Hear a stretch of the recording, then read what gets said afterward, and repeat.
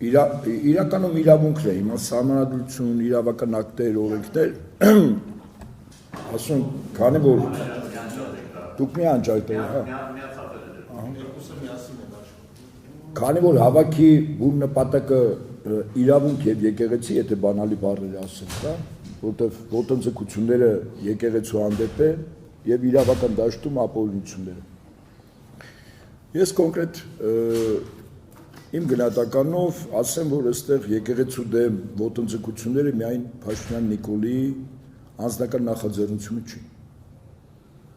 Կան արտաքին շահառուներ եւ մենք վտանգի չափը եկեղեցու դեմ առարկայապես փորձեն գնահատել։ Առնվազն 3 շահառու կա։ Հիմա ես այդ թեմայով չեմ ուզում բացեմ, որ շահառուն ինչ նպատակի համար է թիրախավորում մեր եկեղեցին։ Բայց ավելի գործնական լինենք։ Կա իրավական առումով հիմնավորումներ այն ոտնձգությունների, այն ապօրինությունների, որը օրվա իշխանությունը եւ վարչապետի աթոռին նստած անձը իրականացնում է։ Եվ մեր այս հավաքը չավարտվի ընդհանրապես այդ մի հայտարարությամբ, իսկ այստեղ են իրավունքի դաշտում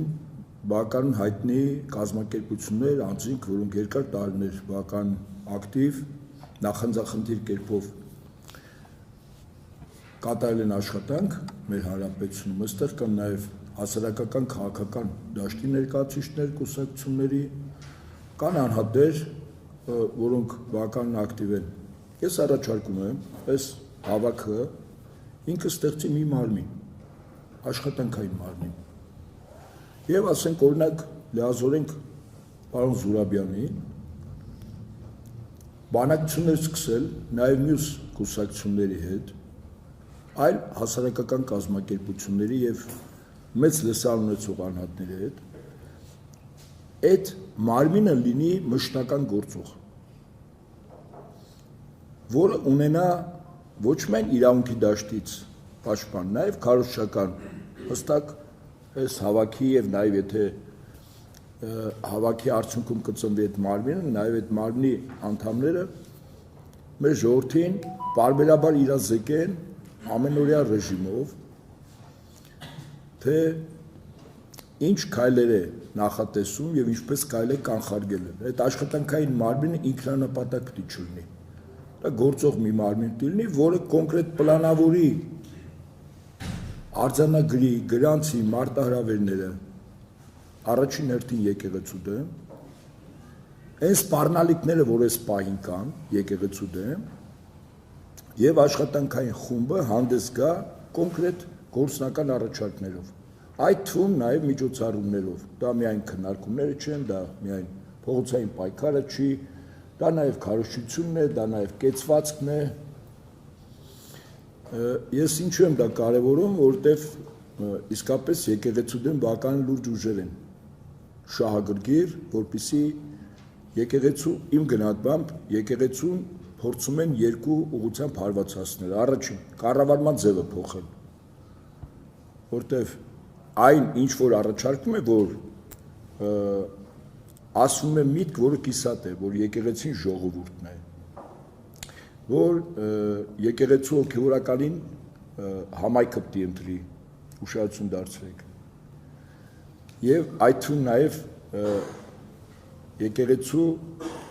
հոգևոր առաջնորդին, սա բողոքական եկեղեցու կառավարման ձև է։ Ուրեմն առաջին թիրախը դա են դնում, երկրորդ թիրախը, որտեղ իրենք հստակ դրել են։ Մեր վեհափառ հայրապետը ինքը համայն հայության,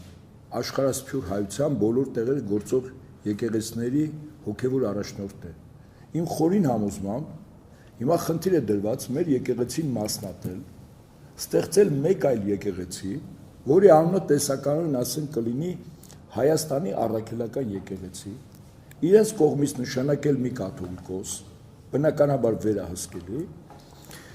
եւ մայր աթոռը տեղափոխել Երևան։ Սրա մասին ինքը առանց սեթևեթանքի ասել է։ Վաղարշապատի պահով երբ ասում էր, ինքը ասում էր, ինչու Վաղարշապատում եղավ մայր աթոռը, որտեղ մայրաքաղաք է։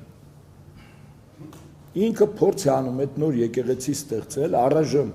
կարգալուց հոգևորականների այս պայն եկեղեցու մեջ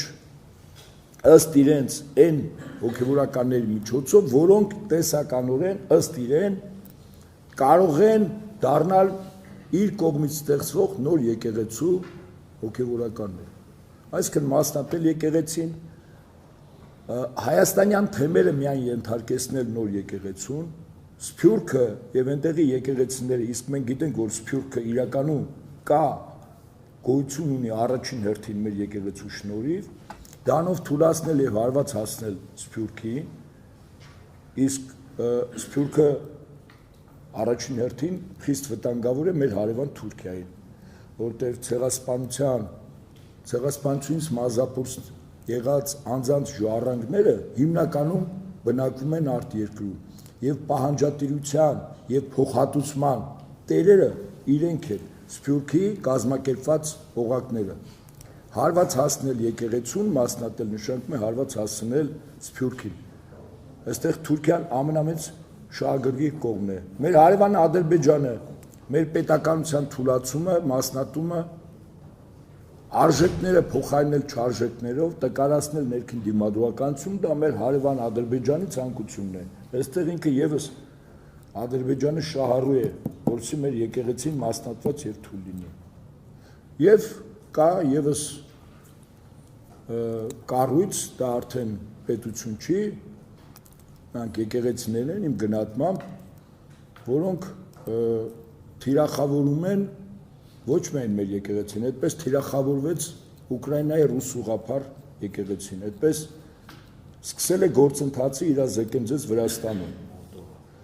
Վրաստանում, Մոլդովայում, որպեսզի այդ եկեղեցիները բերեն Կոստանդնուպոլսի պատրիարքության ենթակայությամբ,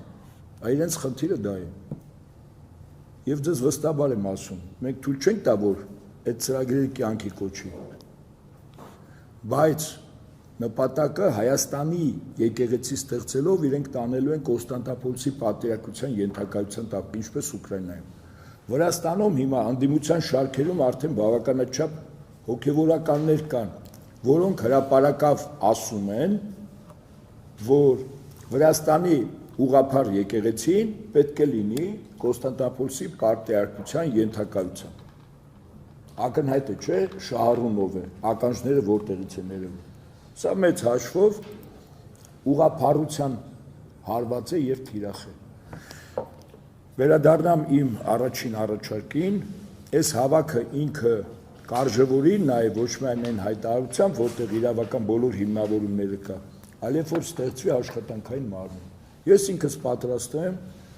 այն կազմակերպությունները, որոնց հետ ես շփվում եմ, որ նաեւ ես եմ ներկայացնում սպաների միություն եւ այլն, ես պատրաստ եմ այդ գործին օժանդակել, աջակցել եւ այդ աշխատանքային մարմինը կլինի գործող մարմին։ Ավելին ասեմ, եթե այդ մարմինը ստեղծվի, բականին առարկայական խնդիրներ դնելով լուծելու համար,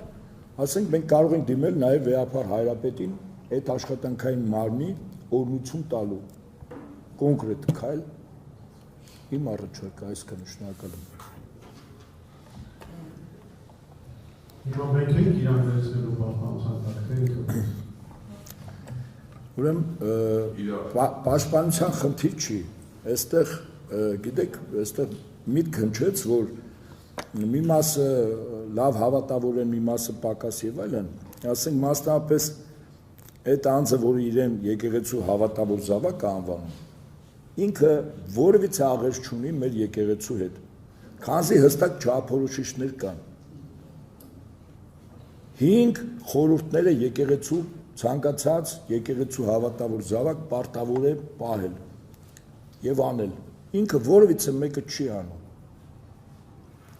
Մկրտություն, դրոշ, ապաշխարություն, հաղորդություն, պսակ, չկա որևիցե մեկը։ Նոր է գնում ինչ որ հաղորդություն ու ապաշխարություն։ Հիմա պաշտպանության խնդիրը չի, մենք որպես եկեղեցու զավակներ, իսկ եթե մենք այդպեսին մեզ գնահատում ենք, մենք պարտավոր ենք կեցված դրսևորել։ Հիմա դա կդիտվի պաշտպանություն, զորակցություն, ինչ բառ ուզում եք, պարոն Զուրաբյան, դուք դրեք։ Բայց նորից եմ ասում, այսօր իսկապես մեր եկեղեցին լուրջ թիրախ է դիտվում բավական լուրջ ուժերի կողմից։ Թեև չեմ ասում այնպես, որ իրենց գործողություններ վերջնարդյունքում նպատակին կծառայեն, լրիվ հակառակ կարծիքին եմ, բայց ճիշտ եւ ժամանակին կազմակերպվել, իսկ կազմակերպվելու համար պետք է գործիքներ ստեղծել։ Այն խումբը, որ ես ասում եմ աշխատանքային մարմին, ինքը գործիք է։ Շնորհակալություն, ես իհարկե հարցը կատակով տվեցի, իրականությունը այն է, որ